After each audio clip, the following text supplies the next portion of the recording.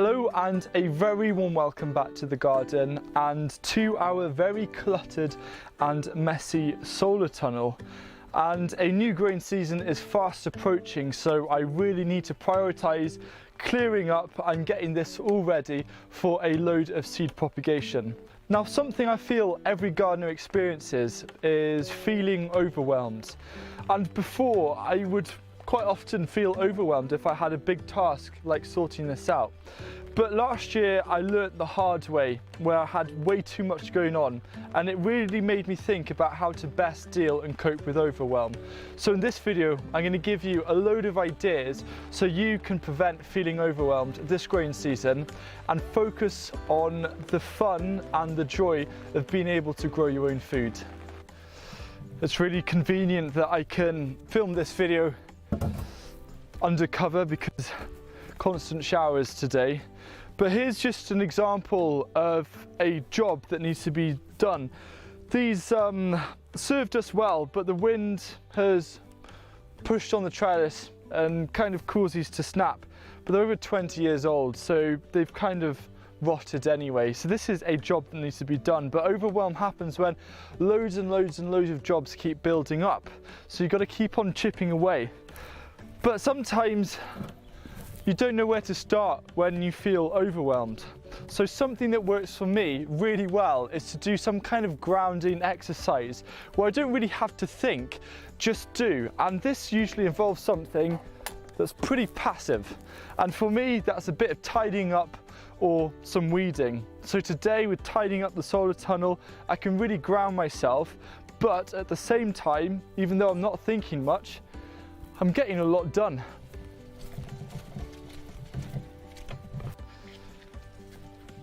Very often it's just a case of taking a breath and just focusing on one thing, regardless of how many other tasks you have to do. Forget about those, just focus on one simple thing, and soon you might find yourself getting a bit of a productive chain reaction. The important thing we must remember about overwhelm is that there's a lot of different ways of dealing with it, and some are more effective for people than others. So hopefully this video will at least give you one way, and I'm going to highlight around 5, but hopefully this will give you one way to prevent or at least cope with feeling overwhelmed.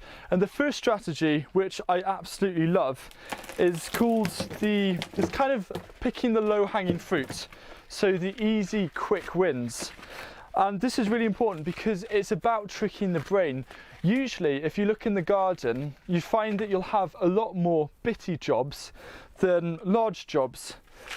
So the bitty jobs are a pain, but they don't take long to do. So focus on doing those first. Set a timer for about 5 minutes and just go for it. 5 minutes isn't long. You've just really got to focus on trying to push through that initial resistance. And then once you pick all those low-hanging fruit, suddenly it seems like you've got most things under control, and then you can focus on those bigger tasks.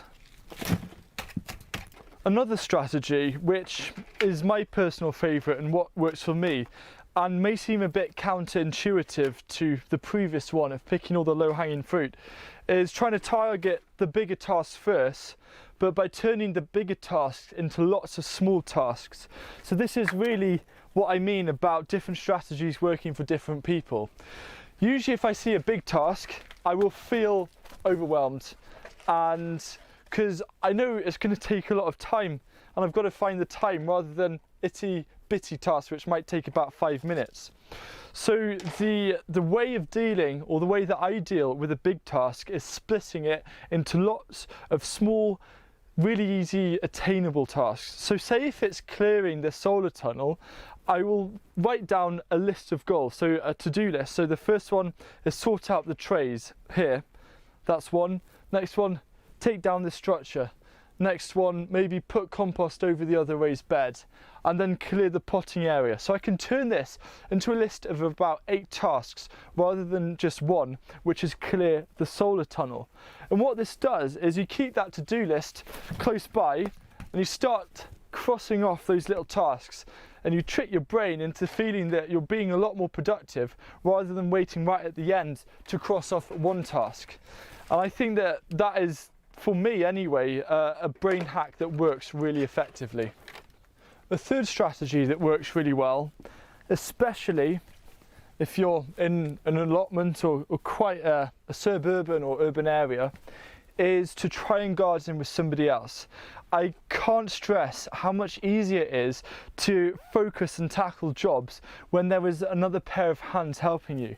So for example, in the family garden, it's me and Dad, and when we're working in the garden together, everything goes twice as fast, or perhaps even faster, because we're all very much motivated to do something.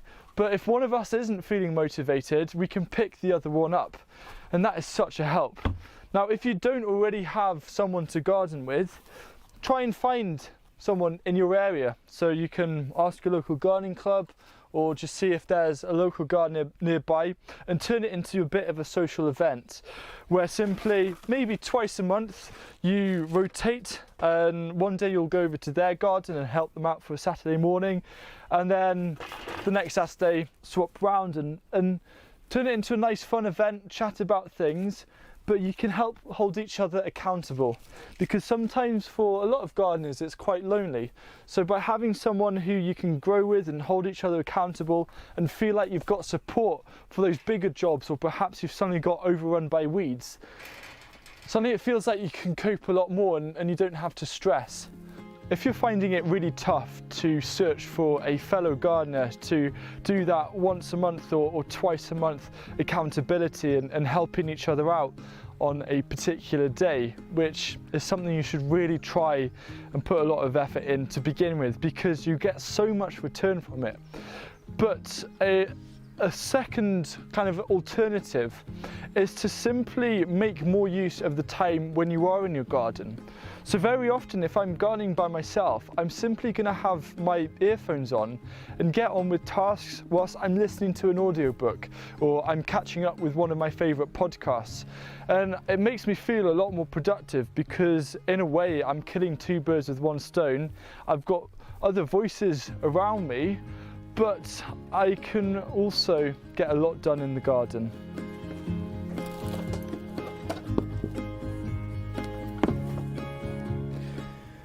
But sometimes one of the main reasons why someone is feeling overwhelmed is because they've taken on too much.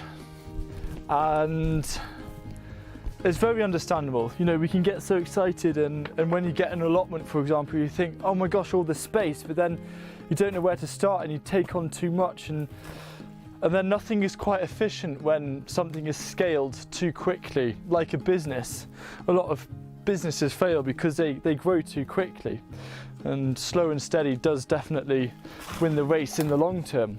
So if you feel that you've taken on too much and perhaps you're just a bit fed up of feeling overwhelmed, then the best thing to do is just scale back your growing operation. But you don't need to worry about it or feel, you know, feel any less of yourself like some people do for some reason. All you need to do is just choose maybe 2 or 3 raised beds and cover them with a load of cardboard or newspaper, or some landscape fabric if you have any, and just let them hibernate for a whole growing season. Keep them to one side.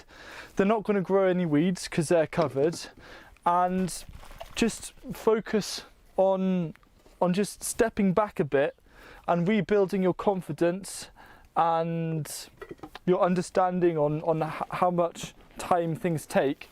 And then perhaps if you feel then the year goes really well, the following year open up a couple of the raised beds again and start building up, rather than giving up on everything. It's horrible when I hear stories of gardeners who've created massive gardens and then they find it too overwhelming and give up everything.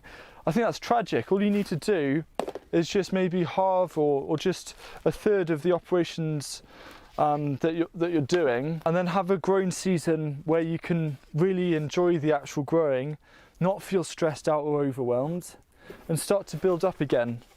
And so my final suggestion, if you're feeling really overwhelmed or perhaps lacking motivation, perhaps you've been growing for many years, but you feel that things have become a bit stagnant, then look at shaking things up and trying something completely different. Maybe if you're growing lots of vegetables, try growing some ornamentals like edible flowers or cut flowers, and just try something new, because very often trying something new and having the freedom to experiment can really reignite your passion. And something that has helped a lot of gardeners recently is a real rise or the revolution of no-dig gardening, and how much easier it is, and saving your backs. And you know, I couldn't possibly imagine trying to dig over all of these raised beds, but you know, quite a few people do. So just shake things up, try something new, try something different, maybe go into growing some perennials as well on the side. Split things up. It's okay to experiment if something doesn't work. But the great thing about gardening is, you know, if something doesn't quite go right for a year, you always have the next growing season to try it again or try something new.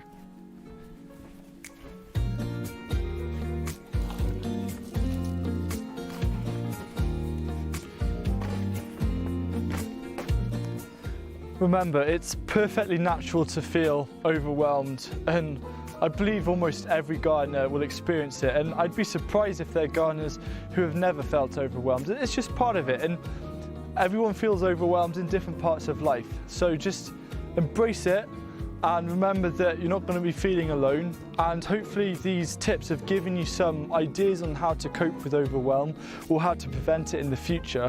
One of the best things you can do is all about planning your garden in the best way possible. So I'll be making a video very soon about that, on how to improve your garden plan, and I'll also be making a video on how to be more productive as a gardener, because I know it's very therapeutic, but sometimes we don't have enough time, and we need to just do some things quickly to keep everything in check. So stay tuned for those couple of videos, and look in the comments section for the timestamps so you can easily navigate back over the ideas, and I will see you again very soon in another video. All the best, goodbye, and just get ready and excited for the new and upcoming growing season like I am. I literally can't wait.